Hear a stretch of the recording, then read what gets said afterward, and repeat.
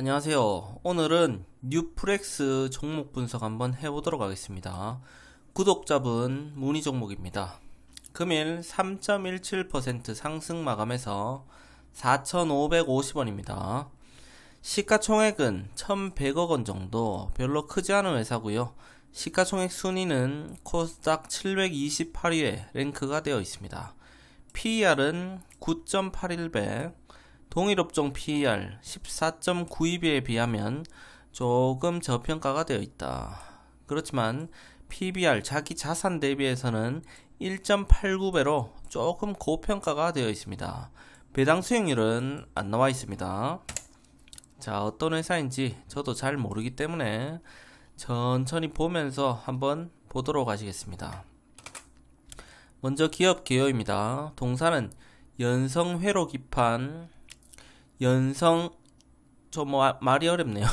연성 인쇄 회로 기판, FPCB 제조 판매 사업을 기반으로 메탈 회로 기판, MPCB LED용 사업을 영위하고 있습니다.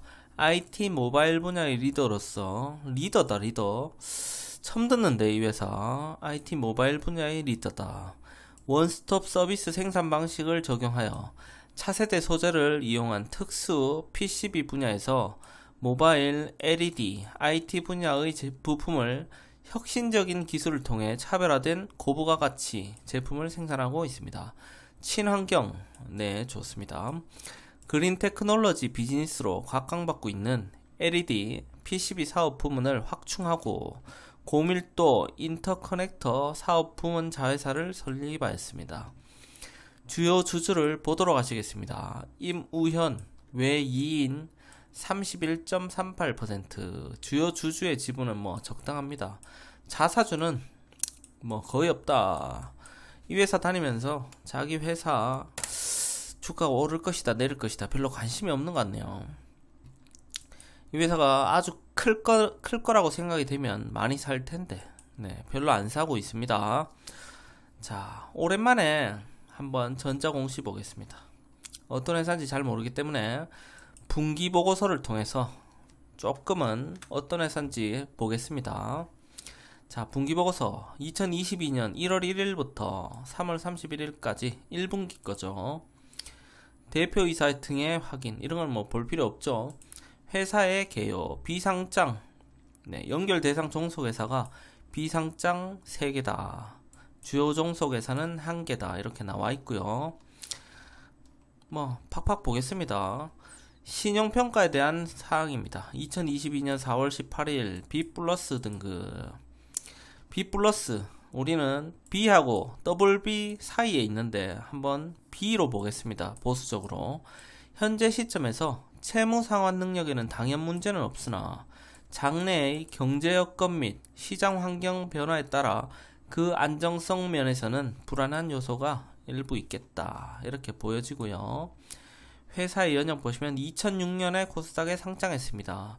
22년이니까 그러면 한 18년 정도 됐네요. 그러면서 굉장히 이력이 많네요. 많이 컸습니다.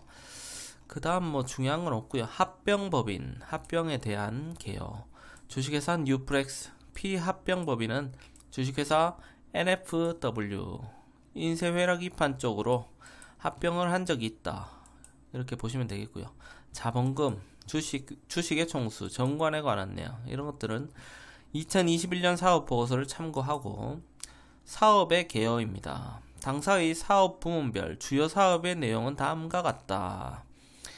연성 인쇄 회로기판을 제조한다. 그냥 이렇게 보시면 되겠는데, 스마트폰 등 IT 기기용 FPCB 제조 및 판매, 자동차 헬스케어용 FPCB 제조 및 판매, 이렇게 보시면 되겠습니다. 주요 제품 및 서비스. 자, 전자제품, 자동차 이쪽으로 매출 비율이 굉장히 큽니다. 한 99.6% 이렇게 나오네요. 연성 인쇄 회로기판, 그냥 이쪽이다 이렇게 보시면 됩니다. 그 다음 중요한 게 있는지 보겠습니다. 자, 쭉쭉 내려서 생산 설비의 현황. 토지, 기초 보자 305억 8천 정도. 기말도 똑같고 건물도 257억, 기말도 똑같고 구축물도 똑같고 기계장치도 똑같고. 자, 생산설비 현황은 뭐 똑같습니다. 955억. 거기에서 지금 기말에도 957억이다. 거의 뭐 똑같다. 매출 및 수주 현황 보겠습니다. 매출 실적입니다. 제 21기 21기면 2년 전이니까 2020년 코로나 때입니다. 코로나 때 보시면 1100억 정도 했습니다. 코로나 이후에 작년에는 1200억. 자, 올해 1분기에 굉장히 많이 했습니다. 450억 했다. 4분기니까 곱하기 4 하면 4, 4, 16, 4, 5, 20. 네, 1800억 정도 나온다. 작년보다 훨씬 많이. 이거는 이제 수출 쪽이고, 지금 합계가 여기 있죠. 작년에 1710억 정도 했는데 지금 662억 했습니다. 곱하기 4 하면 4, 6, 24, 4, 6, 24, 2640억 정도 나오는데 매출액이 굉장히 한 900억 정도 점프한다. 이대로 가면 와, 장난이 아닙니다.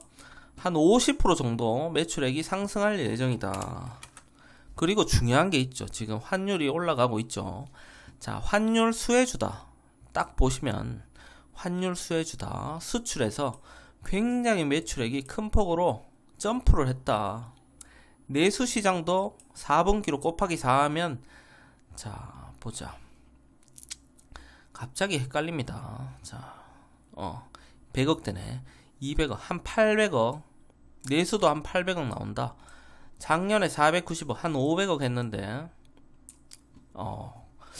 굉장히 많이 올라갑니다. 한 300억 정도 올라가네요. 60% 이상. 내수도 올라가고, 실적이 하반기에는 굉장히, 올해는 굉장히 작년에 비해서 잘 나오고, 사상 최대 매출액을 기록할 예정이다. 이렇게 보시면 되겠네요.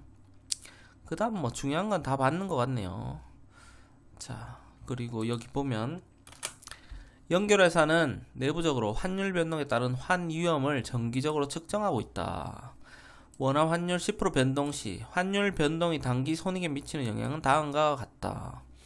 환율이 10% 하락하면 쭉 떨어지고, 환율이 10% 상승하면 굉장히 많이 올라간다. 1000만, 10만, 100만, 1000만, 억, 10억, 14억, 14억이 올라간다. 환율이 10% 오르면. 환율 수혜주다. 이 회사는 환율 변동을 겪고 있는데 최근에 굉장히 수혜를 보고 있다. 실적도 계속 좋아지고 있다.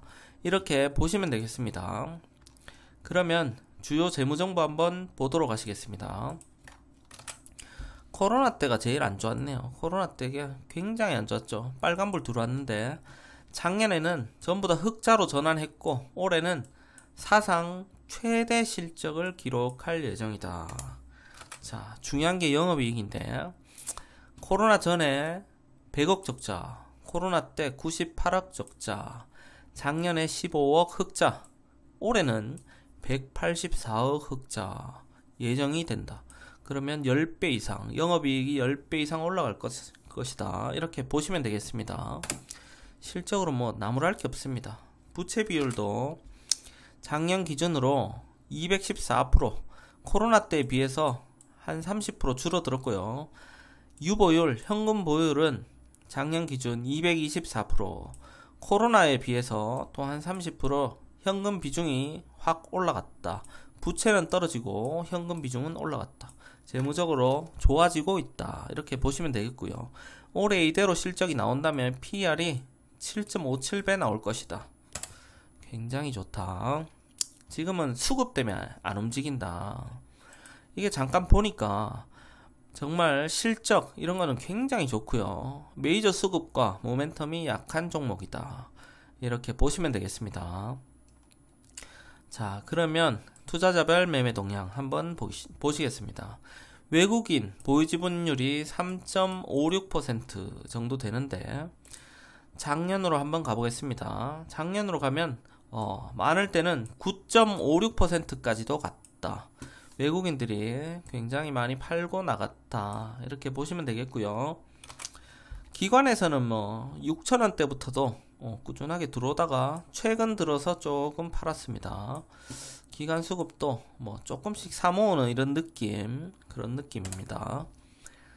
자, 매매 동향 외국인 1개월로 요렇게 딱 보시면 사는 만큼 팔고 나간다. 외국인들은 수급이 조금 더 팔고 있고, 기관은 꾸준하게 들어오다가 최근에 조금 팔았다. 이렇게 보시면 되겠습니다. 관련 뉴스 공시 내용 한번 보도록 하시겠습니다. 기사가 굉장히 적다. 와, 이렇게 적은 회사가 있을까 싶을 정도입니다. 2022년부터 딱 끊어서 보면 이 볼 게 없네요. 2021년 7월부터 보겠습니다. 메타버스 차기 주자 하드웨어 페이스북 오큘러스 성장 뭐 이렇게 되어 있는데 제목이 좀 안 끊겼으면 좋겠는데, 메타버스 차기 주자 하드웨어 페이스북 오큘러스 성장 공유 뭐 이렇게 나와 있고요. 간단하게만 보겠습니다. FPCB 산업 재편 BH 뉴프렉스에 관심이 있다. 오큘러스 전장용 FPCB 신사업 개화, 내년 영업이 뭐 올라간다 이런 거겠죠. XR 기기 신제품 출시 신작, LG이노텍, 뉴프렉스 등 수혜다. 뉴프렉스 가장 저평가된 메타버스주다. 페이스북 차세대 VR 공개했다. 뉴프렉스 메타버스 관련주 부각의 신고가, 메타버스에도 엮여있다. 이렇게 보시면 되겠고요. VR 기기 매출 상승으로 호실적 전망의 강세. VR 기기가 앞으로 많이 쓰이겠죠. 기사도 뭐 이렇게 조금 냈네요. 네. 공장이 굉장히 깨끗하고 좋습니다. 뉴프렉스 지난해 영업이익 17억 흑자 전환. 전장용 배터리 모듈 등 신사업 긍정적. 전장용 배터리 관련주로도 엮여있고, 삼성전기 5조 잭팟, 테슬라 카메라 모듈 수주 소식에 강세다. 뉴프렉스가 강세다. 삼성전기가 미국 전기차 업체 테슬라에 최대 5조원에 달하는 전기차 카메라 모듈을 공급한다는 소식에 관련 테마주들이 뜀박질하면서 삼성과 협력 관계인 뉴프렉스도 관심이 몰린 것으로 보인다.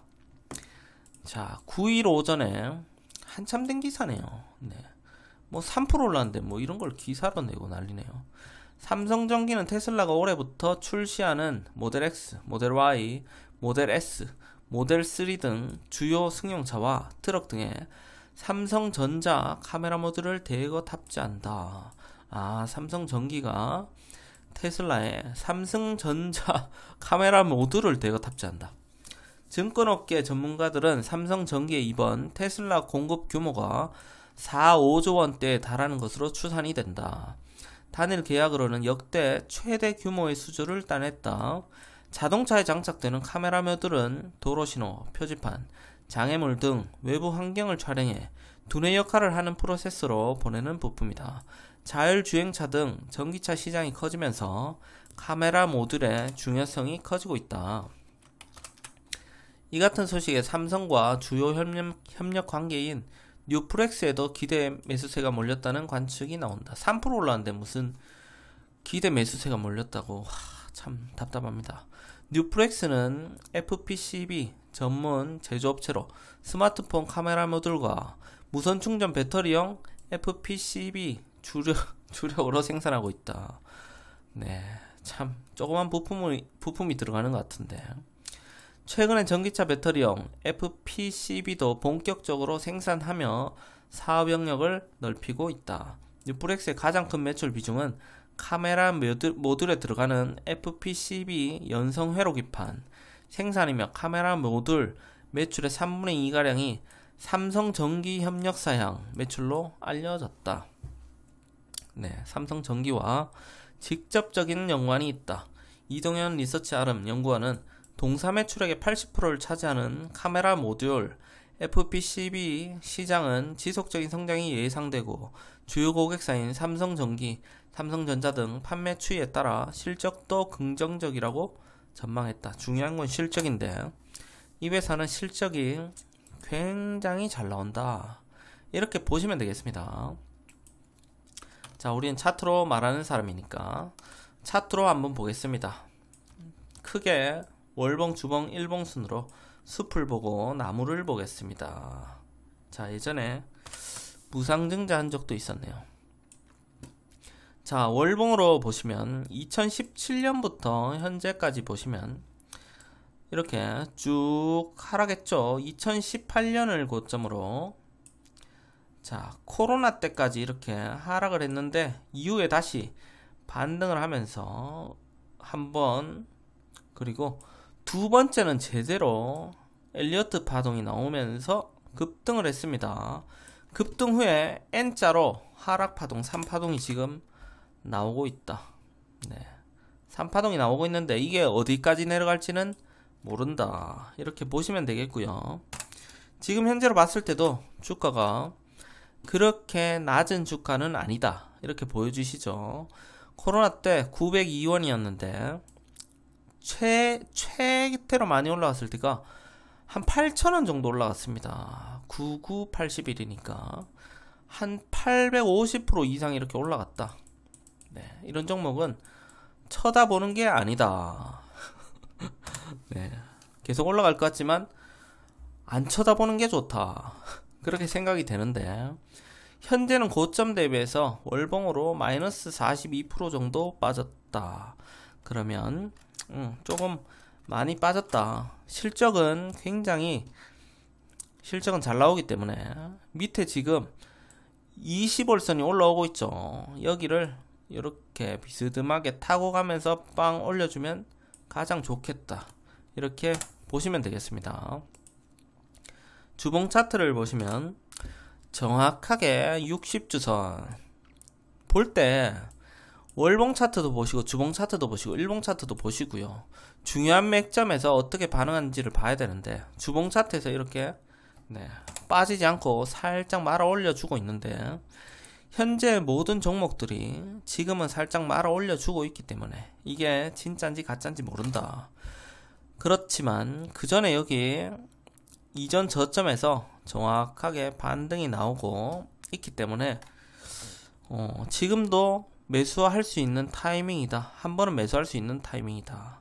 만약에 반등이 나온다 하면 위에 5주선과 20주선이 굉장히 위에 있기 때문에 여기까지는 반등을 한다. 그렇게 보시면 되겠죠. 그게 이제 글로벌 증시가 받쳐줘야 된다는 가정하에서입니다.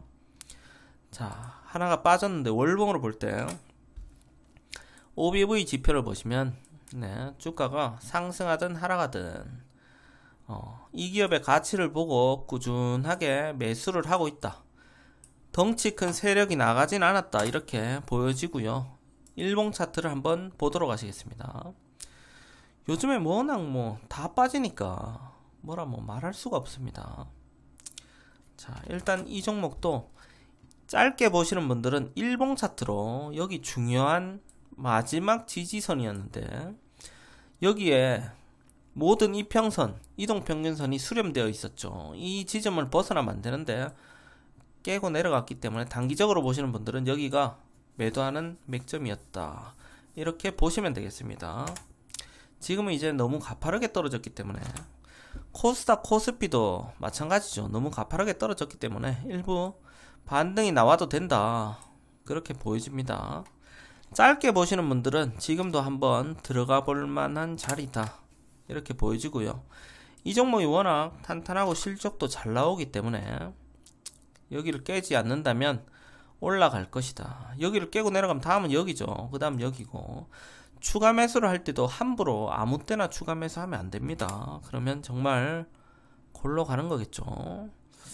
한 4,000원 정도 적당해 보이고요. 그 다음 추가 매수 자리는 한 3,000원 정도, 그 정도 하시면 되겠습니다.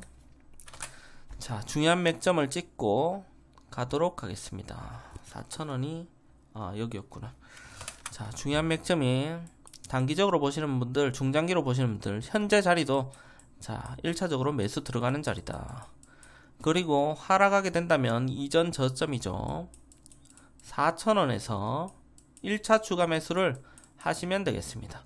그리고 또 하락하게 된다면 여기 약간 지지가 나올 수 있는 매물대 구간입니다. 3,000원에서 우리나라 사람들은 이렇게 1,000원 단위를 좋아하죠. 3,000원에서 2차 추가 매수를 하시면 되겠다. 이게 이제 맥점이 있어도 맥점보다 조금 더 떨어질 수도 있고 조금 위에서 반등을 할 수도 있다.